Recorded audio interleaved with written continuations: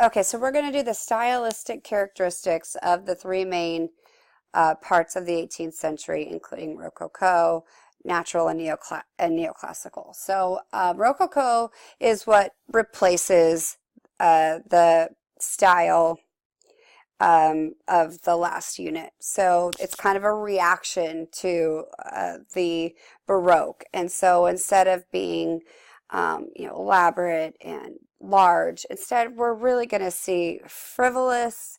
We're going to see like pastels and fun, and it's just supposed to be pretty. And a lot of that has to do with the fact that we're just seeing a big change in what the art climate wanted.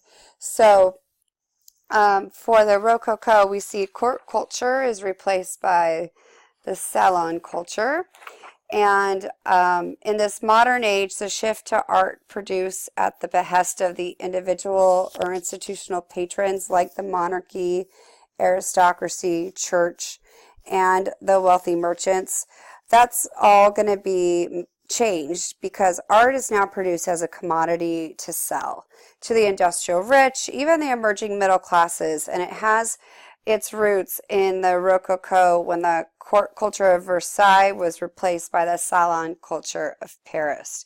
And this develops in 1715 when the regent for the boy king, Louis XV, after the death of Louis XIV, moved his home from the French court of Versailles to Paris. And with the death of Louis XIV in 1715, we see a lot of changes to high society in France. The elite quickly abandoned the court of Versailles for the pleasures of town life. Although French citizens still owed allegiance to a monarch, in the early 18th century, we see a resurgence of the aristocratic social, political, and economic power. So members of the nobility not only exercised their traditional privileges, for example, they were exempt from taxes and from working forced labor on public works, but they also sought to expand their power. In the cultural realm, aristocrats reestablished their predominance as art patrons. So Paris becomes the center of a new, softer style that's known as Rococo, and it's definitely associated with the regency of Louis XV, which went from the regency went from 1715 until 1723. And then Louis XV reigns from 1723 to 1774. So the Rococo style in art and architecture was the perfect expression of light-hearted elegance. The wealthy cultivated in their opulent homes. And in a lot of ways, this is definitely going to be influenced by women. Even though we mentioned in the last screencast that women weren't allowed as artists, we still see them taking the lead in regards to what they considered they wanted to have in their homes. So the taste and social initiative of women and during this time period is dominated by aristocratic women, including Madame de Pompadour, the mistress of Louis XV of France, Maria Theresa, the Archduchess of Austria, and the Queen of Hungary and Bohemia, and then Empresses Elizabeth and Catherine the Great in Russia held some of the most influential positions in Europe. So their taste was the defining factor in numerous small courts as well as in the private sphere. So Paris was the social capital of Europe, and the Rococo salon was the center of Parisian society. So wealthy, ambitious, and clever society hostesses competed to attract the most famous and accomplished people to the salon. The medium of the social society was conversation spiced in with wit, repartee, and quick and deft like speaking. Like a lot of artifice is in this. The participants considered enthusiasm or sincerity in bad taste. It's kind of like an awkward thing.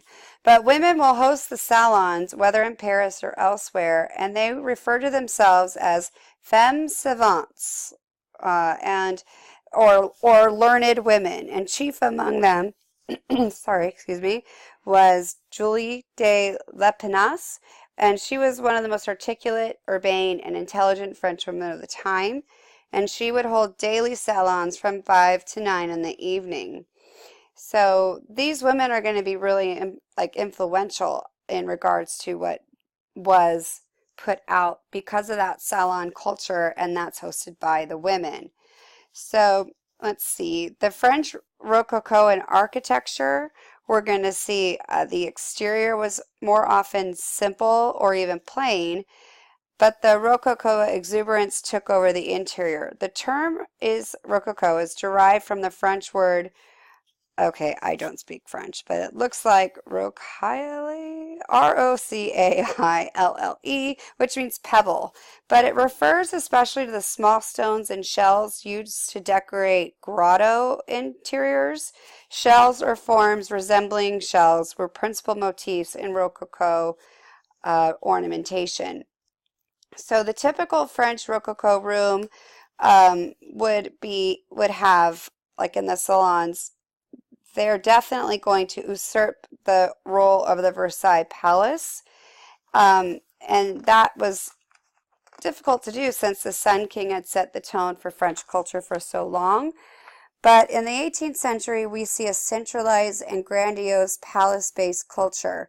It gives way to much, like they get rid of that, and it gives way to a much more intimate and decentralized culture based in private homes. So we see an architectural style mirror this social and cultural shift. Let's see, we see undulating lines, irregular painted shapes, sculpture, and that's separated by the different shells combining to form a single ensemble. French Rococo interiors were lively, total works of art with exquisitely wrought furniture, enchanting small sculptures, ornamented mirror frames, ceramics and silver, small paintings, decorative tapestries, and relief sculpture and mural paintings. But for the, sorry guys, for the paintings, one of the things we're going to see is, let me get to this. It's definitely more refined and fanciful. The painting and the sculpture help create an atmosphere for the salons. And what we normally see is the themes are courtly life, frivolousness, playfulness, love and sensuality, lots of pinks and pastel colors. And the figures are generally small and delicate, so they're not trying to make the, like in the Renaissance, this perfect ideal person. They're supposed to be pretty. Like Rococo means pretty. So, and then delicate brushstrokes on the art. So Rococo, it doesn't last that long. It will give way to our next phase, which is the Enlightenment and the natural style.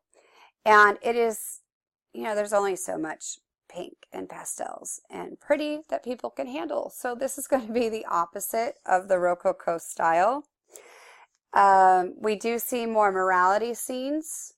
Also, there's the scenes that are like the wonders of science, because we are, even though the scientific age and the scientific revolution already passed, they're still discovering all kinds of wonderful inventions throughout this time period. So the artists are going to paint those. Also trying to paint a more natural and less pretty, like they did in the Rococo period. Okay, the next phase is the neoclassical style, and this is going to dominate for a while. And the reason why we have the development of this neoclassical style has to do with all the way back to Pompeii, because they are going to, quote unquote, discover the classical cities of Herculaneum and Pompeii, which people had been trying to do for a long time. I mean, the fact that it was, people didn't find the actual cities, people are really going to go on like a search for it.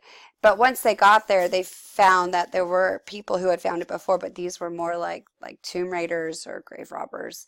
But, they do eventually excavate it. And so because of that, we're going to have a major Greco-Roman influence that we see with the neoclassical. So Herculaneum, just to remind you guys, was found in 1738, and then Pompeii was found in 1748. And they had been buried since the 1st century in the eruption we talked about in the past.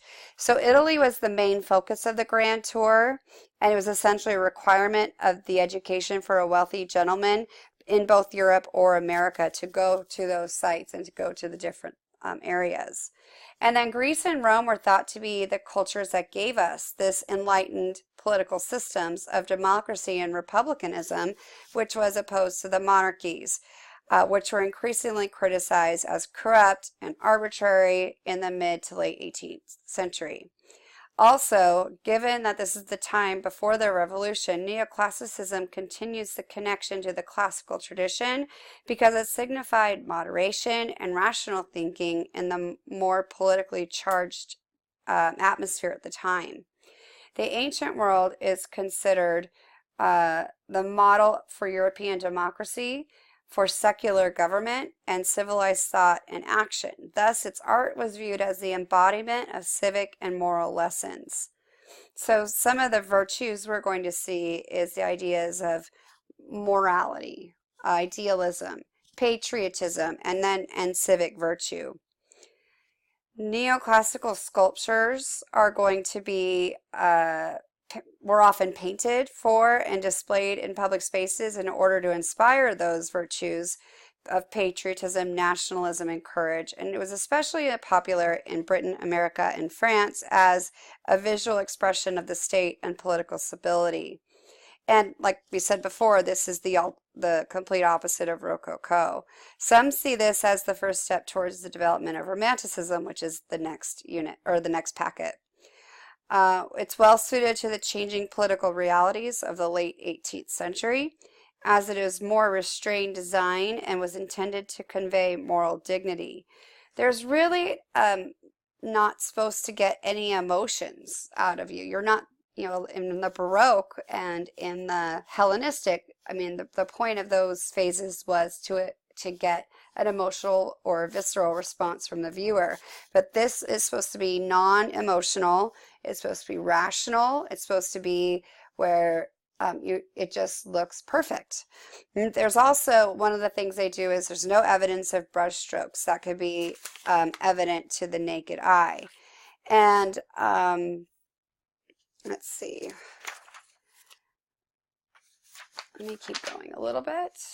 Also, with the architecture, we're really going to see it emulating the classical ideal, especially Renaissance classicism. Okay. And the sculpture will emulate the models above. And now you guys are going to